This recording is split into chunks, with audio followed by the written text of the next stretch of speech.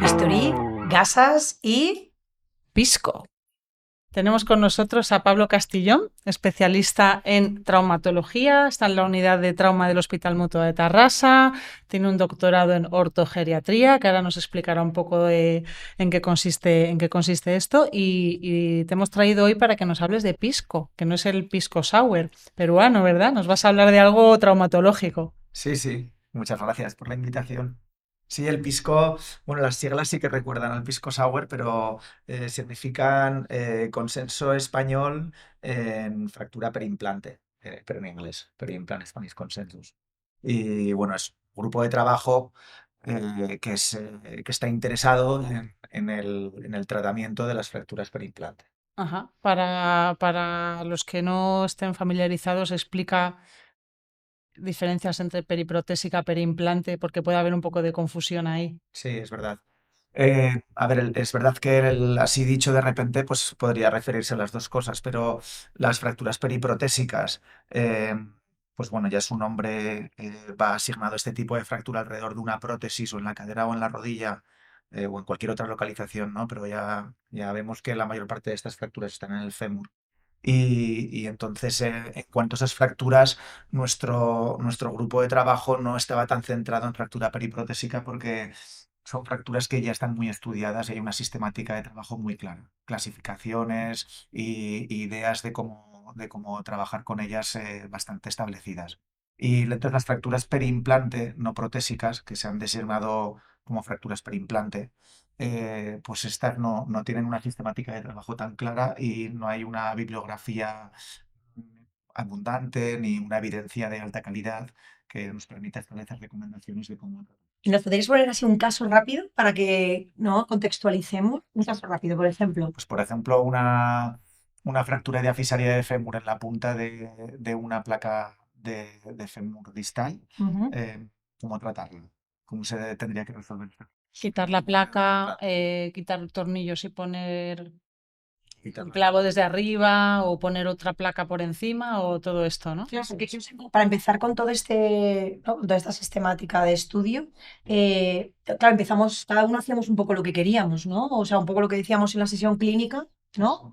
Y entonces, a partir de ahí, ¿vosotros qué pensasteis? ¿Cómo fue un poco el brainstorming para empezar a trabajar sobre esto? La idea empezó, fue en una SECOT, que había una mesa de fractura periprotésica y perimplante, y a mí me dijeron si podía hablar de perimplante no protésico, o sea, justo del tema que estamos ahora hablando, y para hacer la comunicación ya vi que no había una sistemática clara. Iba a hacer este tipo de charla que hacemos muchas veces, que es presentar varios casos, que siempre es interesante, porque a todos nos gusta ver casos clínicos, radiografías, pero al final no transmites un mensaje claro, no transmites una idea, resumen, 4 ideas importantes para cómo tratarlas y pasa lo que dices tú, ¿no? Que en la sesión clínica lo que dice, oye, yo pondría un clavo, yo una placa. Al final esos debates que son un poco estériles, ¿no? Porque el clavo, placa, bueno, las dos cosas pueden ser Y según la experiencia, ¿no? De cada uno. depende de eso. Entonces ahí fue cuando surgió, en esa charla ya planteé unas ideas y luego hablando con varios traumas, pues con el Jordi Tomás, con Alina, había varios compañeros que conocía y tal que estaban interesados en lo mismo y pensamos que podíamos como plantear 4 ideas, 4 o 5 ideas, algo muy, muy esquemático, unos principios básicos en los que podríamos estar de acuerdo todos los traumas.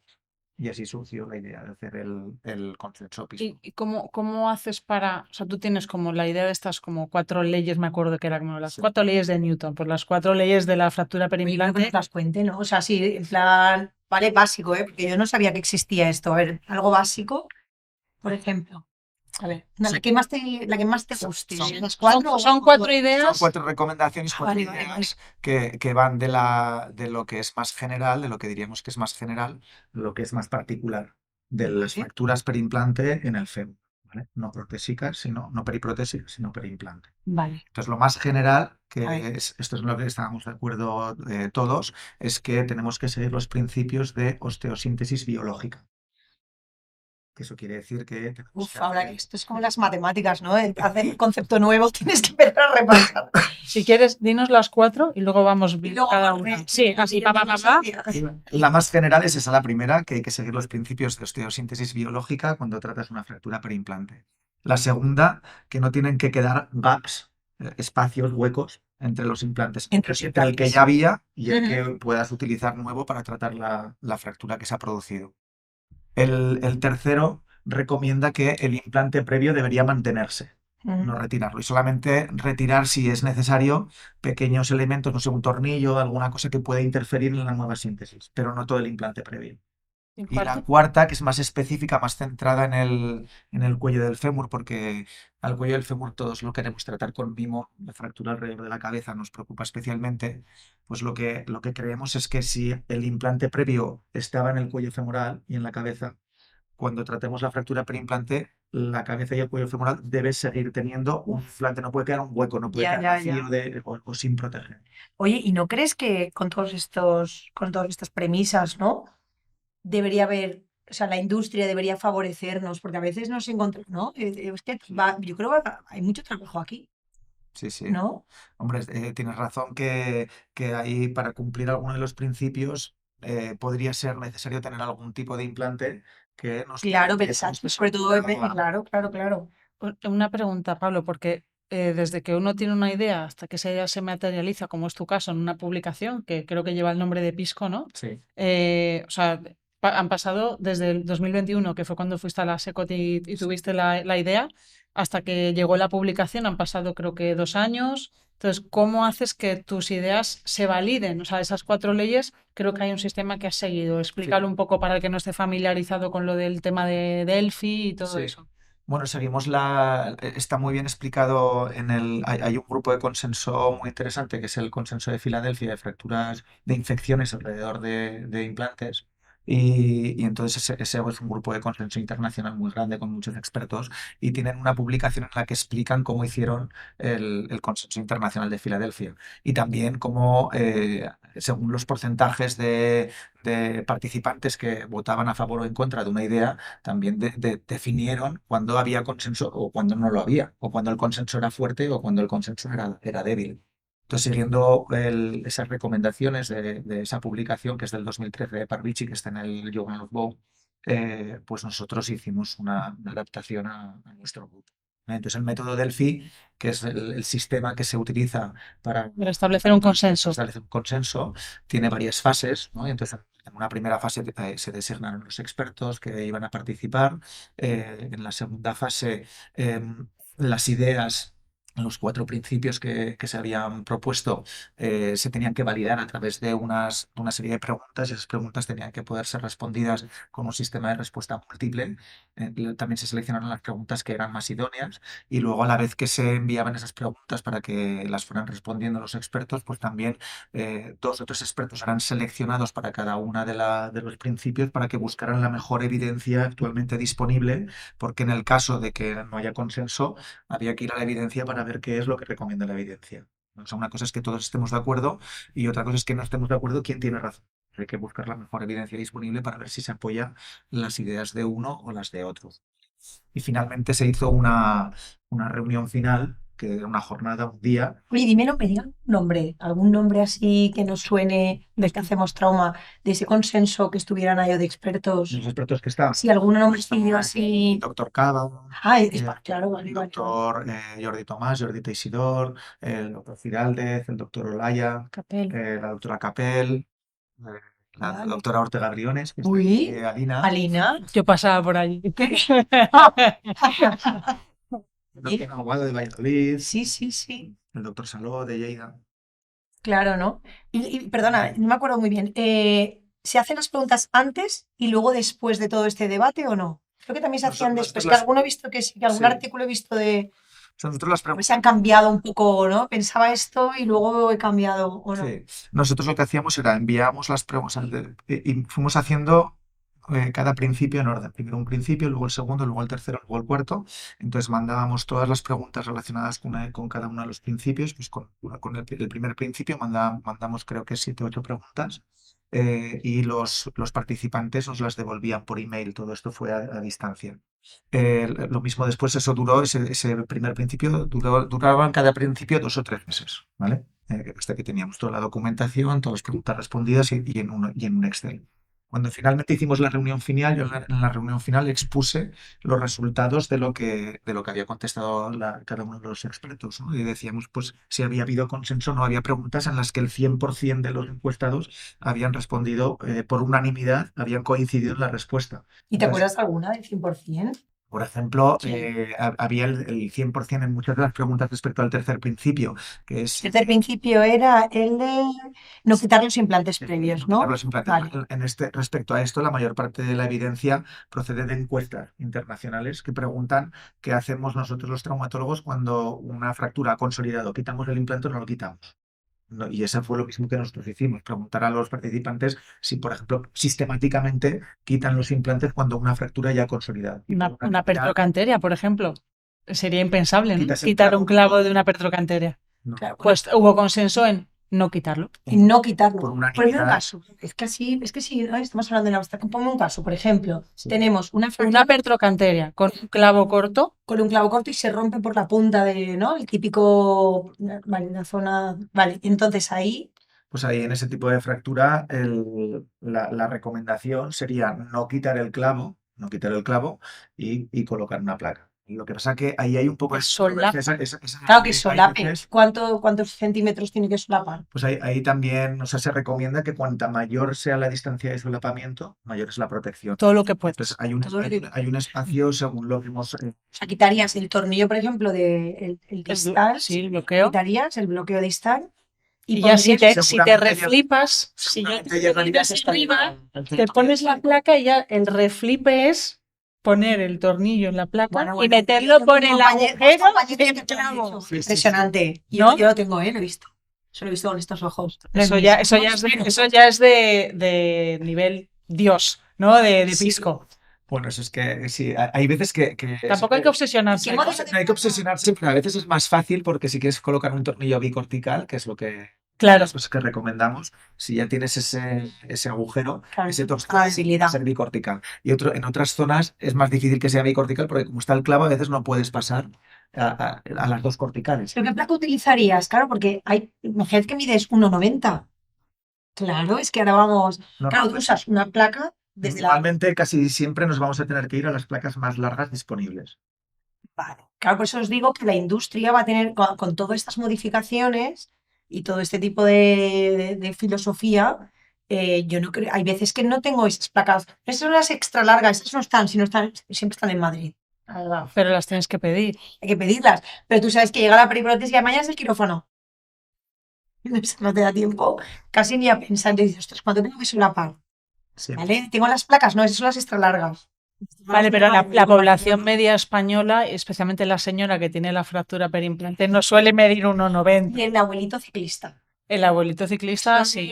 Esos son duros de verdad. Entonces, ahí, por ejemplo, sería, ¿no? Un modelo en Cobra, ¿no? Digamos, por no decir marcas y tal, ¿no? Cobra distal hasta arriba. Hasta arriba. Vale, vale. Generalmente hasta el tornillo cefálico suele ser el sitio en el que ya te puede molestar porque sobresale un poquito. Y si no, lo vas a cerclajes o quitar. periprotésicos.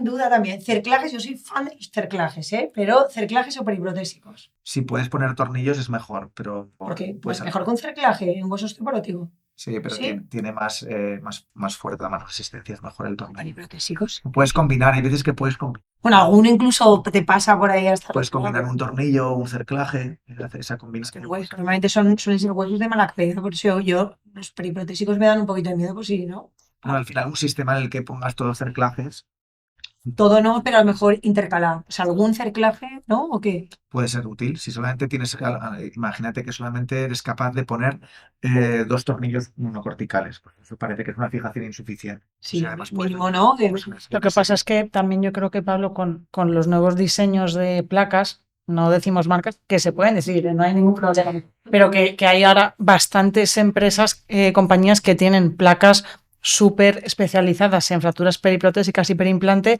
y hacen unas virguerías increíbles Sí, ¿no? para que puedas poner Ya tienes como tornillo. tres hileras de tornillos, o sea, ¿no? En la misma. Tienes alternativas para pasar. O sea, que por tú delante eres, y por fíjate, detrás. más de periprotésicos. Fíjate, yo es que pensaba que no eran, a veces no me daba la sensación de, sobre todo en hueso osteoporótico, esos huesos que están pegados ahí al. De esto hay evidencia, o va a haber evidencias, que no me gusta tampoco, o sea, todo basado en la evidencia, pero publicaciones, que haya una tendencia que tú nos puedas decir, no, es que realmente lo mejor sería el tornillo, porque lo dice, es ciencia, no es tu opinión de experto, sino... Hay estudios biomecánicos que explican cuál es la resistencia de los diferentes sistemas y entonces, pues bueno, lo mejor es un tornillo bicortical que además esté bloqueado a la placa. Esto sería lo mejor. Eso sería lo mejor. Y luego ya, pues desde ahí, claro, una cosa es lo que es lo mejor y otra cosa es lo que puedes hacer.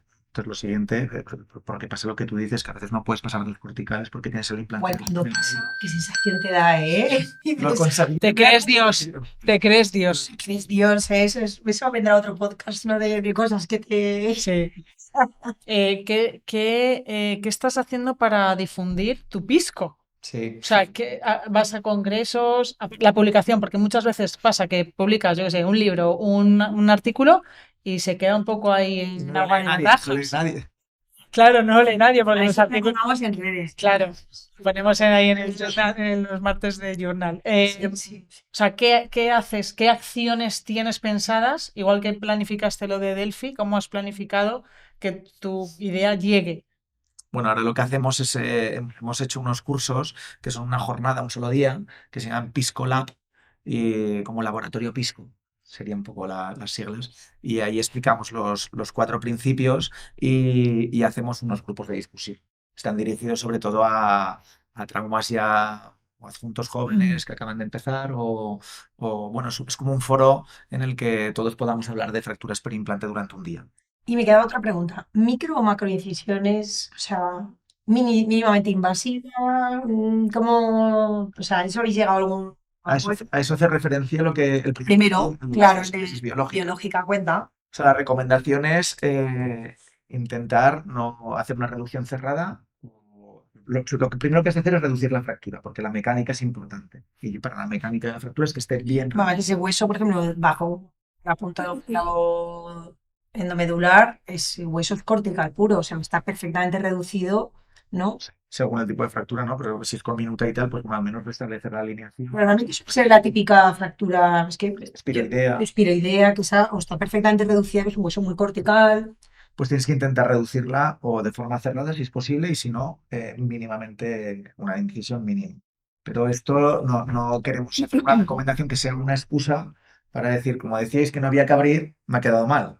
Claro, Me ha no, es que quedado- no consolida. Eso no vale. Es un eso no drama, vale. es un drama. Una Entonces, artrosis es un entonces drama, la idea es eso. En primer lugar, pues o cerrada o mínimamente invasiva, pero si es necesario ampliar la incisión para conseguir una reducción buena, pues la vas ampliando. Pero de todas formas, yo creo que es importante puntualizar que el ser biológicos no solo es el tamaño de la incisión, también es lo que hagas luego dentro, el periósteo, las partes blandas, cómo las tratas, cómo eres de agresivo con ellas. Al hueso le das toda la vuelta para reducirlo, toda la circunferencia del hueso lo dejas pelado para reducirlo perfectamente, eso es muy agresivo biológicamente. Le pones 3-4 cerclajes para que quede perfectamente reducido, eso es muy agresivo biológicamente, estás pelando toda la circunferencia del hueso y el periósteo.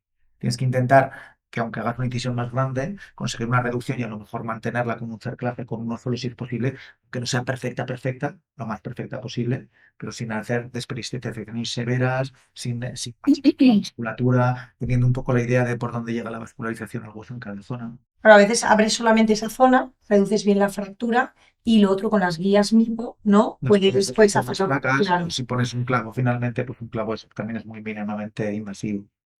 Oye, ¿y en húmero tenéis también estudios? Por ejemplo, porque también, claro, estamos preparando mucho húmero, ¿no? De cuando yo era residente ahora. Y entonces tenéis sobre todo de fémur. Nosotros el estudio, la primera publicación se ha centrado en el fémur, porque yo creo que las tendencias actuales en investigación y en publicaciones de artículos es contestar a preguntas concretas. Entonces nosotros hemos elegido el hueso en el que hay más fracturas perimplantes, el fémur, es el hueso en el que más fracturas perimplantes hay. Y es en el que hemos centrado las recomendaciones. Estas 4 recomendaciones se podrían ampliar ahora a húmero, al radio, a la tibia, pues probablemente sí. Pero nosotros en el artículo no queremos dar unas recomendaciones Extrapolar. para todos los huesos del cuerpo, Claro. porque al final estás intentando responder muchas preguntas a la vez. Porque sería un poco bizarro. Y os puedo poner un caso, me queda tiempo. ¿Sí? Tienes 30 segundos. 30 Tú segundos. puedes. Eso. Prótesis de rodilla con vástago, ¿vale? Vástago Femoral. ¿vale? Y tiene una fractura pertrocantérea, Sí. ¿vale? Entonces, nosotros tuvimos Siguiendo que Pisco, siguiendo siguiendo... Pisco. Sí. Vale. ¿Cómo lo resolverías?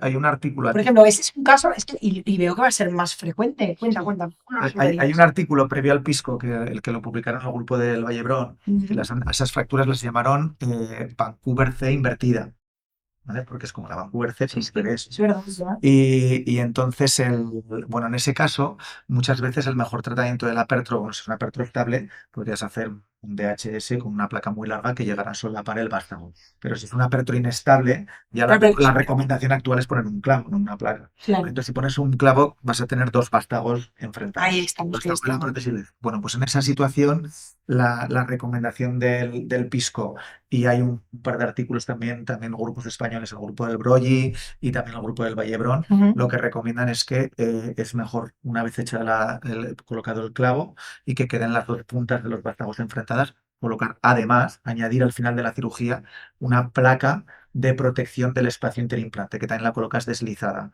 Y esa placa la fijas con 2 o 3 tornillos a ambos lados del implante, solapando más o menos, se recomienda mínimo unos 6 centímetros en cada implante. Chicos, lo hicimos bien. Mensaje para el PSET. Nos costó, ¿eh? Sí, decidir que. Vale, pues. Bueno, Pablo, pues interesante. ya o sea, ha llegado al final, ya no nos tenemos más tiempo. Aunque Eva quiere, o sea, me hace señales de que quiere seguir poniendo casos, pero nos limitamos a nuestros 20 minutos. Muchísimas gracias por haber venido. Es tu primera vez, pero habrá más. Nada, recordar a los oyentes y a los que nos ven también en las redes que tenemos el teléfono 686-553733 para que nos dejen mensajes, audios, sugerencias y lo que quieran. Esto es Entre Traumas, es un podcast producido por la SECOT con guiones de Eva, Alex, Alfonso y Alina, excepto en este caso que es la primera vez que el entrevistado nos ha aportado su propio guión, que me ha encantado, o sea, nos ha quitado el trabajo directamente, o sea, qué maravilloso. Frase estrella de Alfonso. Para empezar, para acabar. ¿Cómo era aquello? A veces Alfonso. a veces para empezar. Empezar hay que acabar. Esto ha sido Entre Traumas.